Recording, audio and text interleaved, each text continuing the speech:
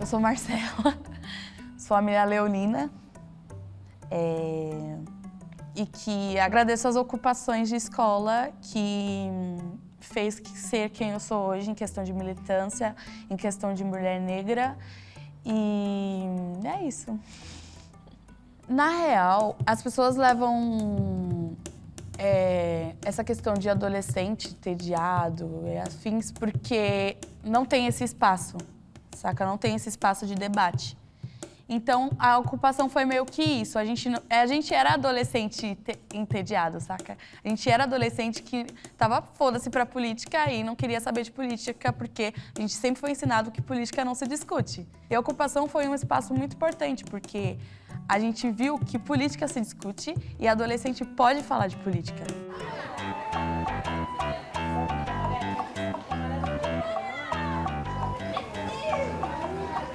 Os sistemas de ensino e a educação, como muitas das vezes a gente está acostumado a ver, de certa forma, uma máquina de subjetivação. Ela pega dentro do seu processo e tenta transformar aquela criança, aquele jovem, para exercer uma determinada função social, um lugar nessa sociedade. O problema é que quando essa criança ou esse jovem chega e se depara com um aparato tão forte como uma escola, um sistema de ensino, uma sociedade que diz para ela que ela tem que ocupar esse lugar, muitas das vezes esse ideal se torna a única verdade que ela está exposta. E, obviamente, não abre muita margem para ela exercer sua criatividade ou até mesmo se reinventar. A escola do Brasil, em grande medida, ela foi marcada por uma perspectiva ilustrativa, com um excessivo número de informações, sem lidar, de fato, com aquilo que seria importante.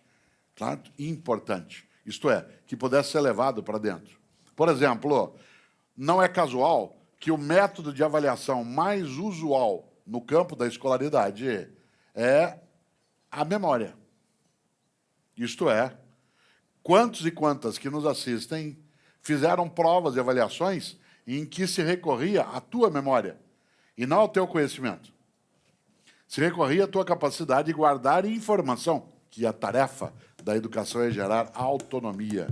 E a geração da autonomia, isto é, a capacidade da pessoa procurar, dela construir-se e construir a comunidade onde ela está conectada à ideia dela lidar com aquilo que importa. Mas você diz que ela vai lidar com aquilo que importa, então eu só vou ensinar aquilo que o aluno quiser aprender. Não, você vai partir daquilo que ele já sabe para chegar onde ele precisa saber. Eu não posso ensinar Platão, Aristóteles, Heráclito, Parmênides, Zenão, Anaxágoras, Anaxímenes, Tales, Pitágoras, de modo abstrato. Tem que partir do cotidiano dele, das questões que ele tem, e aí eu vou chegar àquilo que é necessário naquela reflexão. Eu tenho que seduzi-lo naquele conhecimento. Eu tenho que partir do que ele já tem para chegar naquilo que ele ainda não tem. A minha tarefa não é o de um ensinante, mas é de um curador ou uma curadora, no rádio, na TV, dentro daquilo que a gente faz na empresa, é levar as pessoas, a partir do que tem, chegar àquilo que é necessário para ela e para a comunidade. A gente chega na escola super cansado, 6 horas da manhã, 7 horas da manhã, senta na carteira, vê aquela aula chata e vai embora, saca?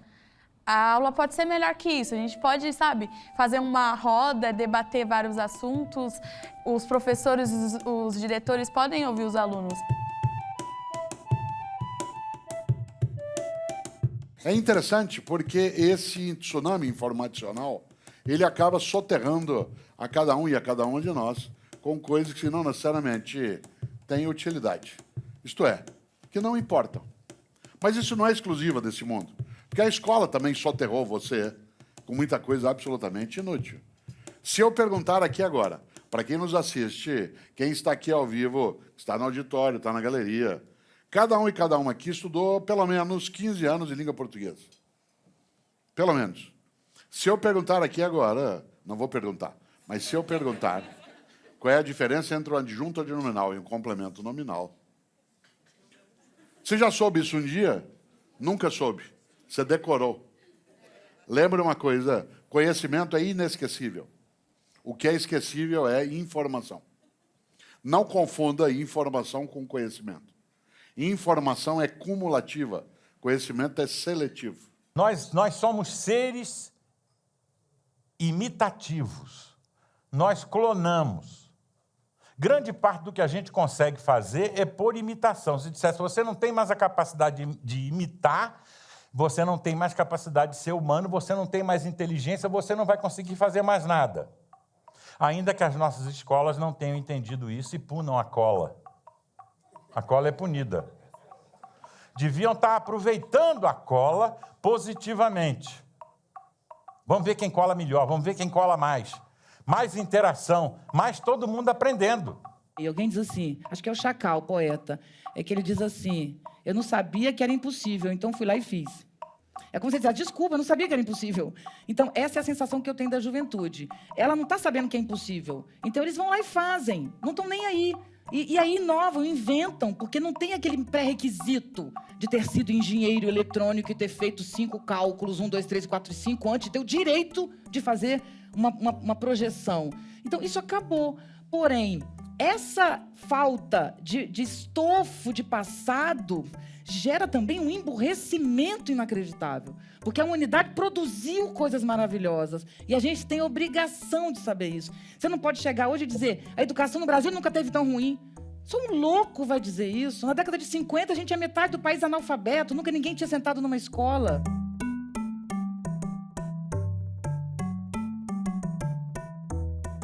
Nós estamos vivendo uma transição, mas é preciso entender o que é transição.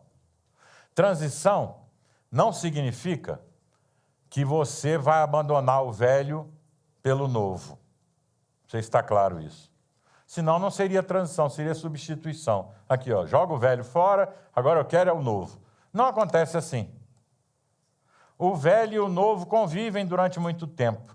E a transição significa você conviver com o velho e, ao mesmo tempo, experimentar o novo. Isso é a transição. A transição é excruciante para quem vive. Porque ele já sabe que aquele velho não é o que vai prevalecer, mas ele não pode desconhecer. Às vezes, se ele desconhecer, ele vai morrer de fome, ele não vai ter emprego, ele não vai ter trabalho, ele não vai ter cliente. Vocês estão entendendo o que é o drama? O drama de quem vive a transição. O velho já morreu, mas esqueceu de deitar. E o novo já nasceu, mas ainda não sabe andar. Então você está nesse intervalo que nós chamamos de transição. A gente tem muitos pais que ficam querendo bloquear acesso das crianças às redes e não perguntam, não dialogam e tal. Porque se a gente criar os fantasmas e ansiedades que a gente tem em relação às transformações, a gente vai ficar paralisado, né? Porque as transformações são gigantescas, a velocidade é imensa, é acima do que a gente pode entender, e a única maneira de entender é de forma compartilhada.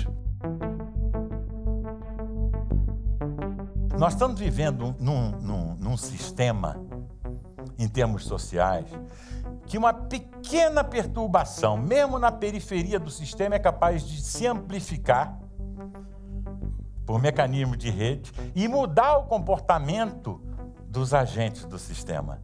Isso a gente nunca tinha imaginado que era possível, gente.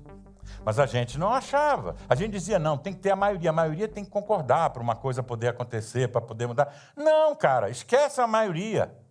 Não é assim mais que funciona. Não é mais participativo, é interativo. Então, se fosse participativo, aí ia ter aquele processo, né, de produção artificial de escassez, que é escolher a proposta majoritária, né, e obrigar os que não votaram nela a obedecer, né, que é um negócio meio cruel. Não é assim mais o mundo, como o mundo está funcionando.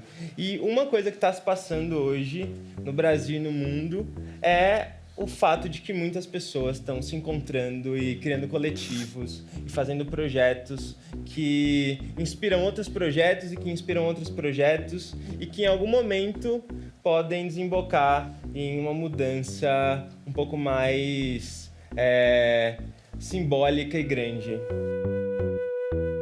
Quando eu termino o ensino médio, as pessoas dão aleluia. Por que dão aleluia? porque as aulas não são legais, porque aquele ambiente não está sendo legal para aquele adolescente. Se há uma diferença dessa geração atual, é que ela já nasceu conectada, né? Ela não lembra, como no meu caso, né? Eu vivi uma época onde não existia tudo isso. Então eu sou ainda um cara que fala assim, quando a televisão tinha os canais, só aqueles canais, e as pessoas ficavam em casa assistindo. E hoje as pessoas, elas fazem as suas próprias televisões, elas comentam a televisão, fazendo vídeos, inclusive, paródias ou criticando simplesmente. Tem milhares de outras telas que a gente não chama de televisão e é televisão. Tem a própria televisão que não viu essa transformação e envelheceu muito rapidamente. A escolha é que é importante, né? A gente vive a era hoje da curadoria, de você escolher como gastar o seu tempo. A grande novidade é que essa escolha está com você. Então a geração de 2013, a geração que continua aí, os secundaristas, por exemplo, quando eles ocupam as escolas e se apropriam de falar este lugar me pertence, eu acho isso fascinante. Eu acho isso mais lindo do que Maio de 68, que a gente, claro, existe uma fantasia e tal, foi importante, ok, mas o que está acontecendo hoje é igualmente importante, é se apropriar do seu destino, é o mesmo DNA, entendeu? A mesma vontade, que no fundo é a liberdade, né? Se falta o diretor, a escola continua funcionando. Se falta um professor, a escola continua funcionando. E se falta todos os alunos?